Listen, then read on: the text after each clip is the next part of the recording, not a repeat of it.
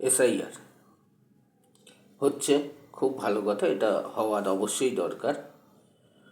কারণ প্রতি বছরই প্রচুর মানুষ আমাদের মারা যায়, তাদের নামগুলো ভোটার লিস্টে উঠে থাকে, সেগুলো পরিষ্কার করা দরকার। কেউ স্থানান্তরিত হলে সেই নামগুলো ঠিকঠাক হওয়া দরকার, অবশ্যই এগুলো উচিত।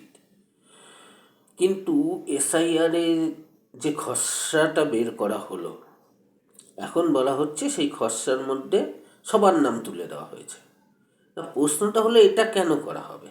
খসড়া মানে কি?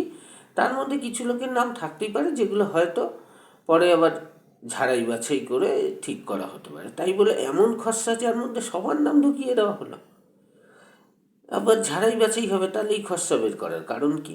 তাহলে একবারেই তুমি ফাইনালি বের করো, মাঝখানে হঠাৎ করে বের করে দিলে এরা আছে, এবার আবার তাদের ডাকা হবে। তা যখন তাদের ওপর তোমার সন্দেহই আছে, তাদের নামগুলোই বা খসড়ার মধ্যে কেন আসবে? বিষয়টা পরিষ্কার হতে পারলাম না যে নির্বাচন কমিশন আসলে কি ধরনের কি গণনা করতে চাচ্ছে বা কি বোঝাতে চাচ্ছে। সেটা আমি একজন সাধারণ মানুষ হিসেবে আমার কাছে প্রচুর প্রশ্ন, মানে আমি পরিষ্কার হতে পারিনি। আমি খসড়াটা দেখি কি বুঝবো যে আমার ওপর ওনাদের কোনো সন্দেহ আছে না আমার ওপর কোনো সন্দেহ নেই, বা যদি সন্দেহ থেকে থাকে সেটা কতদিনের মধ্যে জানতে পারব।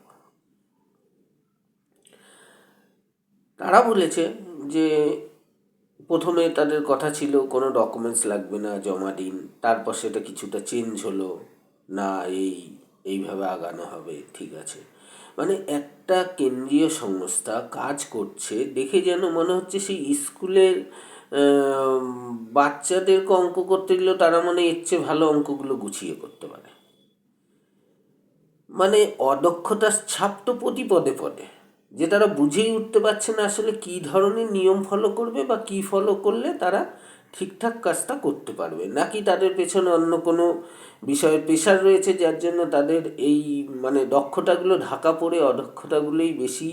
সাধারণ মানুষের কাছে, রাজনীতির লোকদের কথা বাদ দিচ্ছি, তারা তাদের কাছে দক্ষতা অদক্ষতাটা কোনো বিষয় নয়, কারণ তারা কোনো না কোনো দলের হয়ে প্রশ্ন করে। কিন্তু সাধারণ মানুষ যখন ভাবতে বসে তাদের কাছেই চিন্তার বিষয় হয়ে যাচ্ছে যে এটা কী ধরনের এসআইআর হচ্ছে।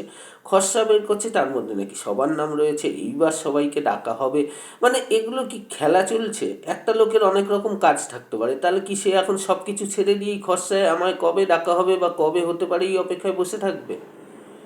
হ্যাঁ, মানে বোঝা গেল না খসড়াটা আসলে কী কারণে বের করা হলো বা এর কার্যকরিতাটাই বা কী। সেটা একমাত্র হয়তো নির্বাচন কমিশনই বোঝে।